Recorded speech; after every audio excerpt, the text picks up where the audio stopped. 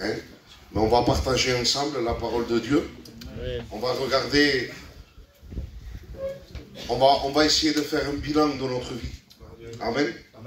On va essayer de voir où nous en sommes réellement.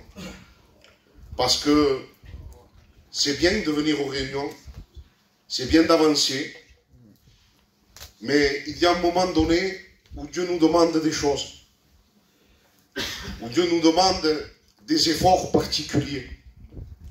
Et là, souvent, ça coince. Parce que on n'est pas sûr de nous. Alors je voudrais, ce soir, que tu prennes confiance en toi. Que tu sois sûr de ce que tu veux. Et que tu réalises clairement que tu es important aux yeux de Dieu. Amen. Je voudrais que tu réalises ce soir que tu as une grande importance. Et que Jésus te place non pas à la dernière place, mais qu'il te place à la première place. Tu es sa priorité. Tu es selon son cœur. Il te voit à travers le Fils. Je voudrais pas t'évancer les choses. Je voudrais te parler de la rencontre avec Jésus, mais je voudrais que tu saches que si tu le rencontres, que si vraiment tu viens à lui, il y a une portée de vie éternelle. Amen. Amen. Et non seulement il y a une portée de vie éternelle, mais il y a aussi quelque chose d'important à savoir. C'est que tu es très important. Tu ne te crois peut-être que moi, je ne suis pas très valorisé. Je ne suis pas un garçon qui me montre. Je ne suis pas quelqu'un qui fait beaucoup de bruit. Les gens ne m'applaudissent pas. Les gens ne me regardent pas. Mais pourtant, sache que le regard de Dieu est sur ta vie. Amen. Et qu'il y a pour toi des plans et des projets. Le Seigneur veut inaugurer pour toi un chemin tout tracé. Un chemin où il a versé tout son sang. Un chemin où il a été maltraité. Où il a souffert le martyre. Le Seigneur a été vraiment terrassé. On l'a frappé à coups de poing. On l'a humilié. On lui a craché au visage. On l'a mis plus bas que terre. Pourtant, il était roi des rois et seigneur des seigneurs. Amen. Et je voudrais te dire, je me laisse conduire, ce n'est pas le message. Amen. Mais je voudrais te dire que si le monde te rabaisse, que si le monde t'humilie, ou même si il te donne pour un instant, mais sache que je voudrais te dire que le Seigneur veut te relever. Amen. Parce que ce que va te donner le monde, c'est quelque chose qu'il va te donner d'une main et te reprendre de l'autre. Ce que va te donner le monde, c'est quelque chose qui ne va pas être pour tout le temps. Ça va être pour un instant, c'est pour t'appâter, c'est pour te garder. Le diable ne se fait pas sentir quand nous sommes dans ses mains. Le diable se fait sentir quand nous fuyons et que nous allons dans les bras de Dieu, dans les bras de Jésus. Amen. Le diable se fait sentir quand il sent qu'il perd une âme, quand il sent qu'il perd le contrôle. Le diable là se fait sentir là. Il va vouloir t'humilier. Il va vouloir te rabaisser. Il va vouloir te mettre à terre. Mais tu as de la valeur. Amen. Et je voudrais que tu dises ce soir, je suis fort et plus que vainqueur par le sang de Jésus mon sauveur. Amen. Amen. Je bénis Dieu parce que Dieu ne change pas. Tu sais, il y a Satan, il était dans le ciel. Il était très important. C'était l'astre brillant. Je ne voudrais pas te faire peur ce soir. Ce n'est pas le but. On ne vient pas à Jésus par la peur. Mais je voudrais te parler des ruses de Satan. Je voudrais te dire ce qu'il est capable de te faire. Et il était dans le ciel. Et l'orgueil est rentré dans son cœur. L'orgueil est rentré dans sa vie. Il a voulu être à l'égal de Dieu. Il a voulu prendre, si vous voulez, une place qui ne lui appartenait pas. Dieu seul est Dieu et il reste Dieu. Et il a voulu, l'orgueil est venu, il a voulu prendre de la place. Et pour faire bref, si vous connaissez l'histoire, le diable a été précipité sur la terre. Quand le diable a été précipité sur la terre, il a été rabaissé. Mais sa personne qui était certainement, ce qui a révélé la personne qu'il était, ça a été son orgueil. Et comme un grand orgueilleux, il a voulu faire du mal à la création de Dieu. Comme un grand orgueilleux, il s'est juré la perte de chacun. Il s'est juré ta perte, toi que tu es jeune, toi que tu es moins jeune. Il s'est juré ta perte. Il veut ta perdition. Il veut que tu rentres dans ces domaines de drogue, d'alcool, de vice, de choses qui ne sont pas la gloire de Dieu. Ce que veut le diable, c'est t'enchaîner par des chaînes et te faire croire que tu es libre, mais tu es pris dans les chaînes. Tu es pris dans une prison. Et le seul moyen de sortir d'une prison, c'est de louer l'Éternel. C'est de chanter des cantiques. C'est de l'adorer. Il y a eu un homme de Dieu qui était dans une prison. Cet homme s'appelle Paul. Cet homme a été dans cette prison. Paul et Silas étaient enchaînés. Mais ils chantaient des louanges à l'Éternel. Ils chantaient des adorations à Dieu. Et la Bible nous dit qu'il va y avoir un grand tremblement de terre. Les portes de la prison vont céder, vont s'ouvrir. Les chaînes vont se rompre. Et ils vont être libres. Est-ce que c'est ce que veut Dieu, ce que Dieu veut faire avec toi ce soir? Il veut te rendre libre de l'esclavitude du péché. Parce que tu ne le sais pas encore, mais tu es esclave. Et le Seigneur veut révéler ta vie. Le Seigneur veut révéler ton cœur. Tu es esclave si tant de méchanceté, tant d'orgueil, tant de malice, tant de choses que tu peux avoir dans ta vie, c'est la cause du péché, c'est la conséquence du péché. Et Dieu veut te libérer. Je voudrais te dire, pour revenir un peu à Satan, Satan a été précipité. Quand il a été précipité, il y a eu le tohu-bohu. Il y a eu un chamboulement de la terre. Il y a eu un désordre total. La terre est restée informe et vide.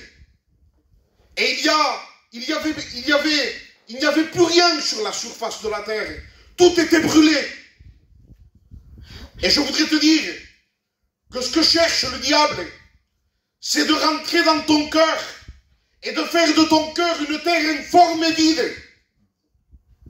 Ce que cherche le diable, c'est de rentrer dans ta vie et de bouleverser tout, de mettre dans ton cœur une terre desséchée, une terre sèche. Mais voilà, je bénis Dieu. Si tu cries à Dieu ce soir, le Seigneur va découler des fleuves. Je n'avais pas lu le texte, mais je le dis maintenant. Celui qui croira en moi, des fleuves d'eau vive couleront de son sein. Quelle bénédiction!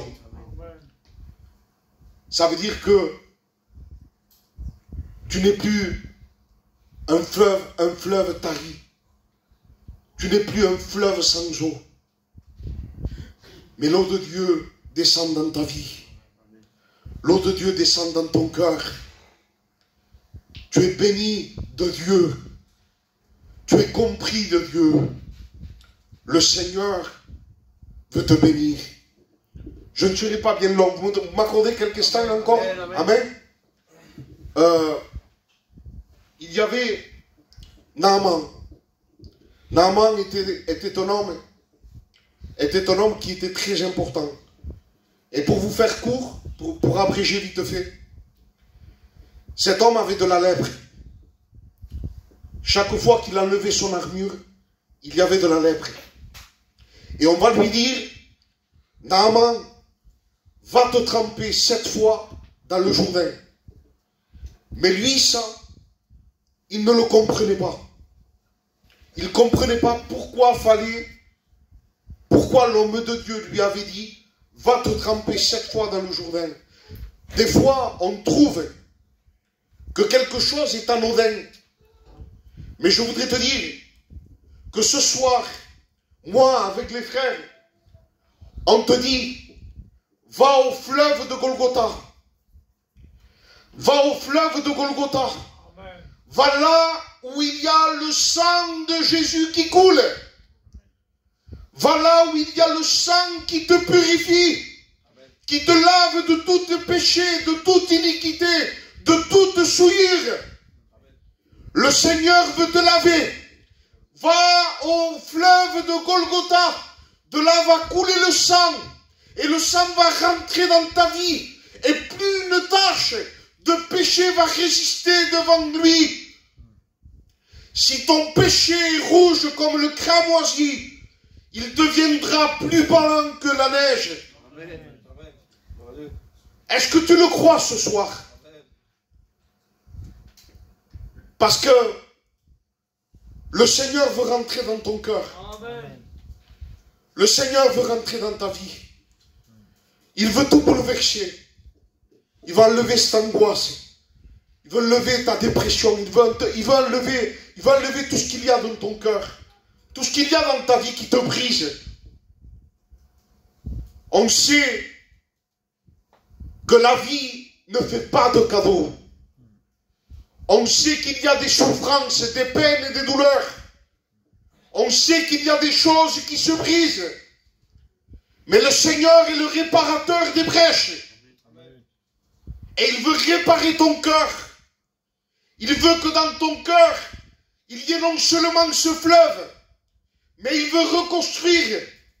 Il veut reconstruire et rebâtir par sa parole, par l'effet de sa grâce. Il veut rebâtir dans ton cœur quelque chose de bon, quelque chose, un adorateur, en esprit et en vérité. Un vrai adorateur, quelqu'un qui l'honore pas des lèvres, mais qui l'honore de son cœur. Le Seigneur veut te bénir. Alors ce soir, je voudrais que tu prennes conscience que sans lui, tu ne peux rien faire. Et seulement lui peut changer ta vie. Il y a beaucoup d'exemples à citer. Il y a 10 lépreux. 10 lépreux vont venir à Jésus. Et ces 10 lépreux viennent, ils parlent avec Jésus et ils trouvent une guérison. Ils trouvent une guérison. Béni soit Dieu. Si tu es malade, viens à Jésus. Tu auras la guérison, si Dieu le permet. Si tout va bien, Dieu t'accordera une guérison. On le croit, hein? On croit que Dieu guérit. Amen. Mais ces personnes viennent à Jésus, ils reçoivent une guérison. Mais au final, ils repartent. Et sur le chemin, il y a un des 10 qui fait demi-tour et revient vers Jésus.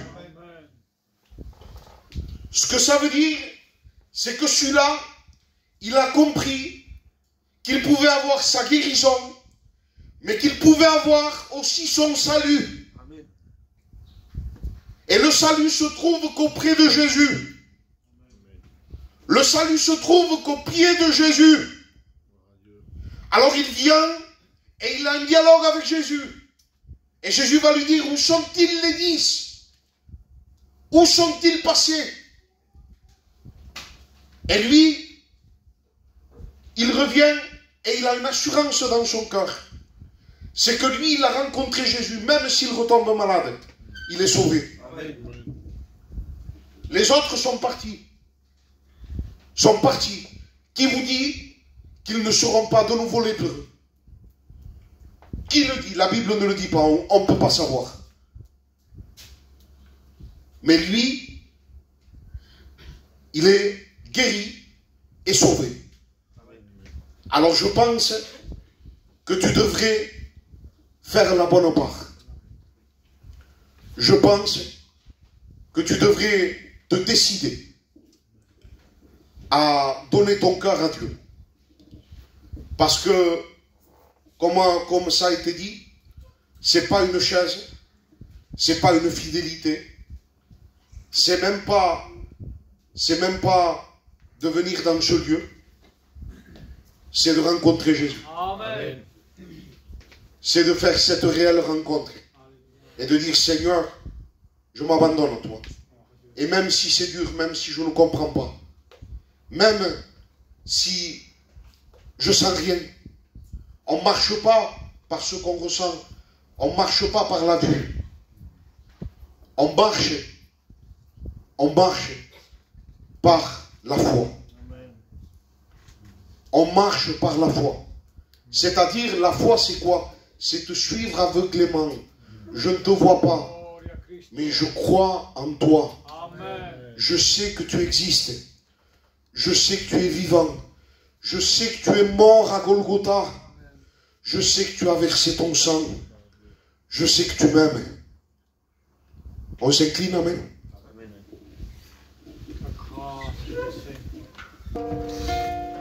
On reste couvert.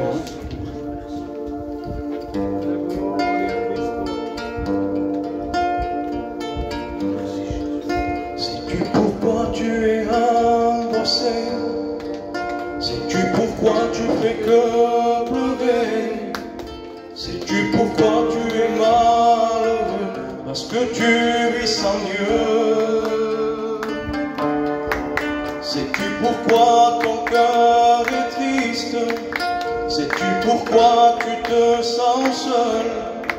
Sais-tu pourquoi tu fais que pleurer? Tu vis dans le péché. Tu as été créé pour le louer. Tu as été créé pour l'adorer.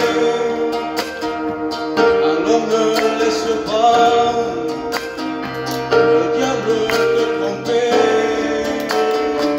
Tu as été créé pour le louer. Tu as été créé pour l'adorer. Alors ne laisse pas le diable te tromper. Le diable te tromper. Amen. Encore Jésus. Sois béni, sois glorifié pour la... Merci à Dieu pour ces moments, pour la parole de Dieu qui a été prêchée. Amen. Merci pour tout ce qui a été fait en son nom. Voilà. Juste une parole avant de partir. On se retrouve dimanche soir, si Dieu le permet. Tous les jeunes là, les fidèles. Il y aura des crêpes. Il y aura des crêpes. Mais on ne vient pas pour les crêpes. Il faut mettre les choses au clair. On ne vient pas pour les crêpes. Juste cette parole avant de partir. Qui t'a dit dans ton cœur que Dieu n'existait pas? Qui c'est qui te l'a dit ça? Cette pensée, cette voix ne vient pas de Dieu. Nous, avec les frères, nous te proclamons que Dieu existe. Amen. Amen. Il est vivant. Amen. Et il veut se révéler dans ta vie. Ne crois plus dans ce mensonge-là. Ce soir, repars au moins avec cette vérité. Amen. Dieu existe. Dieu a tant aimé le monde, toi. Et il a donné son Fils unique, afin que tu crois en lui.